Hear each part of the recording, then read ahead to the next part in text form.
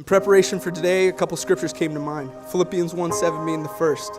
And the scripture reads as such: "It is right for me to feel this way about all of you, since I have you in my heart, and whether I am in chains or defending and confirming the gospel, all of you have shared in grace with me." Philippians 1:7. Matthew and Taylor have been growing in their relationship with Christ as individuals, and now they will grow in their love for Christ as a couple. Today you receive a small portion, a small sample of what God's grace truly looks like. Christ has decided to bless each of you this day with a counterpart. You have nothing to deserve this blessing, and you should daily thank Christ for joining you two together. Before this time, you were presumably on your own path, and now that you can see that Christ's sovereignty was always active and live in your life, and it was the work and the will of God that has brought you two together. Paul also wrote another book, the book of Romans, which he wrote for several reasons, the main being to instruct them in the ways of worship and beliefs, doctrine, if you will. Romans 12:9-16 reads, "Love must be sincere. Hate what is evil. Cling to what is good. Be devoted to one another in love. Honor one another above yourselves. Never be lacking in zeal, but keep your spiritual fervor, serving the Lord. Be joyful in hope, patient in affliction, faithful in prayer. Share with the Lord's people who are in need. Practice hospitality. Bless those who persecute you, and do not curse them. Rejoice in those who rejoice, and mourn with those who mourn. Live in harmony with one another. Do not be proud, and be willing to do the hard work. Do not be conceited." Make Christ first in your life. Continue dating one another. Just because you're married now doesn't mean the adventure or the joy has to end. Make Christ first in your relationship. Don't be afraid to talk to one another. From this day forward, there are no more secrets. This person standing across from you is promising to understand and to be open and listen. Make Christ first in your home. Love and respect goes a long ways. Matthew, show Taylor that you respect her. And Taylor, show Matthew that you love him. Make Christ first in all things. There's a little theme in my doctrine for you guys. It's make Christ first. Because even though you're joining together, you've already committed yourself in making Christ first in your lives. Matthew, I have never been more proud than I am standing here today becoming your wife. I always knew in my heart you were out there waiting for me. When we met and I had the fortune of experiencing your kind smile and your giving heart, I knew I was safe with you. You make me laugh, encourage me to relax, insist we eat dinner while it's still warm, and live life in the moment, photo-free. You light up my world, and every experience seems brighter with you. My favorite color is you. You are going to be an exceptional husband, father, and leader for our family.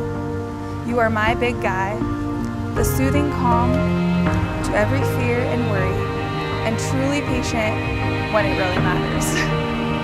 Thank you for being the roots that keep me grounded and the wings that allow me to fly. Your unending love for Tulip and I draws me closer to you every day. Serving others and following God's will is sweeter with you by my side. I am so fortunate to journey through life with you, to be your forever Blazers fan, forever evening stroll partner, forever school dance date, forever workout motivator and spotter, and forever 2-on-2 teammate. Half-court shot, I got you, babe. I do know that our adventure through life together will be challenging and with its difficulties, but the best way to go through anything is with you. Our love is the best love. You are my favorite answered prayer. Loving you is a privilege, and I choose you, Matthew Joseph Troutman, today and every day. My vow to Taylor Jean. Many of you have, but I'm sure a few of you haven't, heard the story of how Taylor and I met.